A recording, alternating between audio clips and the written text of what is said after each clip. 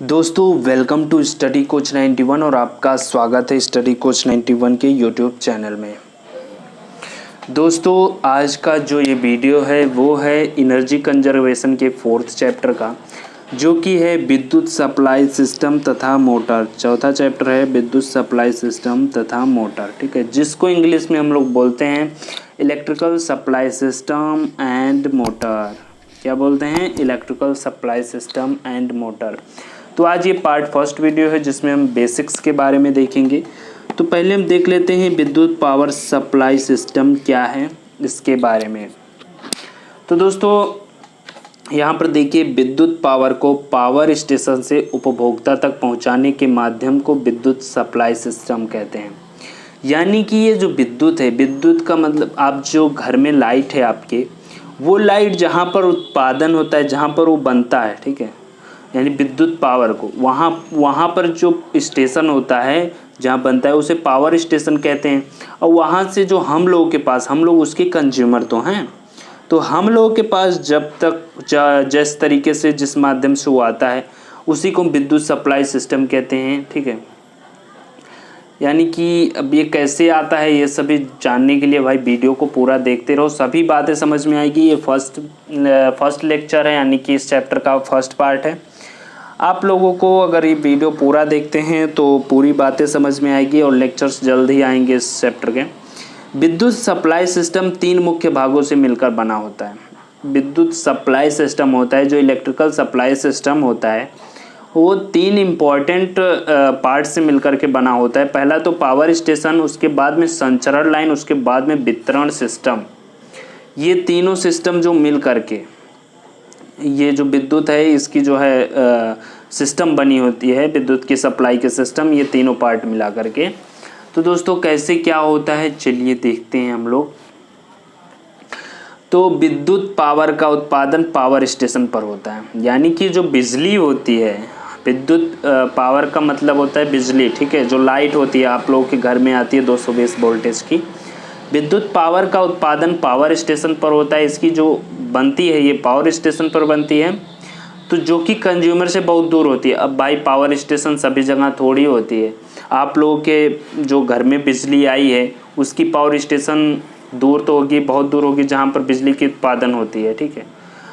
और क्या है कि जो कि कंज्यूमर से बहुत दूर होती है। इसके उपरांत इसे विभिन्न लोड सेंटरों पर, जो कि बहुत दूरी पर होते हैं, कंडक्टर के द्वारा संचालित किया जाता है।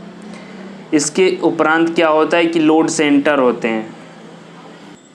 लोड सेंटर यानी कि जो दोस्तों स्टेशंस होते हैं छोटे छोटे, उसी को हम बोलते हैं, जैसे फीडर वगैरह हो गया, जहाँ से जो है लाइट भेजी जाती है। क्योंकि दोस्तों विद्युत पावर कैसे भेजी जाती है हम अगले वीडियो में इसी सप्लाई सिस्टम में पूरे अच्छे तरीके से समझेंगे कि कहाँ से कितने कैसे वोल्ट जनरेट होती है, कहाँ से वोल्टेज बढ़ती है, ये सभी हम उसमें देखेंगे।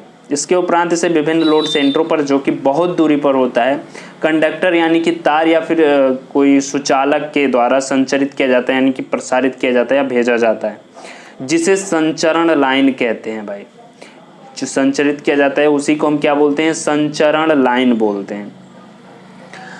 और उसके बाद में है कि इसे छोटे बड़े कंज्यूमर को वितरण नेटवर्क के द्वारा वितरित किया जाता है। मतलब कि जो हम लोगों को वितरित किया जाता है लाइट को, उसी को हम वितरण नेटवर्क कहते हैं, ठीक है।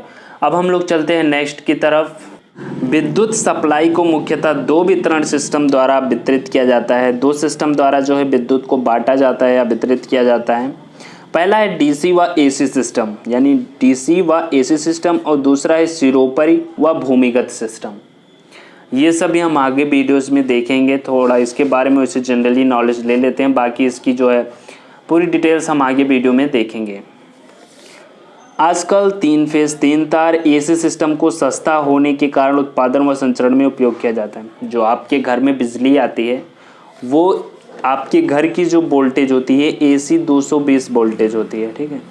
आजकल आप देखते होंगे कि जो एसी वोल्टेज आपके घर में आई है जो उसके पहले जो 11,000 वोल्टेज होती हैं। अब तो गांव में एलटी जाता है, लेकिन उसके पहले देखेंगे आप थोड़ा आगे जाकर के तो 11,000 वोल्टेज होती हैं। वो 3 फेज होती हैं और उसमें 3 तार होते हैं, ठीक है। अब दोस्तों 3 फेज़ में से कभी कभी ऐसा हाल होता है कि जैसे लाइट डिम हो जाती है, तो आप गांव में सुनते होंगे कि आज 2 ही फेज़ है, आज 1 ही फेज़ है, 1 के फेज़ लाइट ही है, ऐसा कुछ। ठीक है, तो आजकल 3 फेज़ 3 तार एसी सिस्टम को सस्ता होने के कारण उत्पादन और संचरण में उपयोग किया जाता है। ये सिस्टम जो है सस्ता पड़ता है, इसलिए सिस्टम का उपयोग किया जाता है उत्पादन करने में या फिर बांटने में या संचरण करने में, भेजने में। अब भूमिगत और सिरोपरि के बारे में देखें तो भूमिगत सिस्टम अधिक महंगा होने। भूमिगत सिस्टम क्या है? जो भूमि से होकर के जाती है, यानी कि जो ज़मीनों में डाल करके जो लाइनें ट्रांसफ़र होती हैं उसे हम भूमिगत सिस्टम कहते हैं। अधिक महंगा होने के कारण उपयोग में नहीं लाया जाता है। ये भूमिगत सिस्टम जो है अधिक महंगा पड़ता है, इसलिए इसको यूज में नहीं किया जाता है। इसलिए हमारे देश में विद्युत पावर का संचरण सिरोपरि लाइन द्वारा किया जाता है। सिरोपरि मतलब सिर के ऊपर। आप देखते होंगे कि जो 11,000 लाइनें आती हैं या फिर जो भी एलटी वगैरह हम लोग के गांव में लाइनें आती हैं, वो हम लोग के ऊपर रहती हैं, सिर के ऊपर।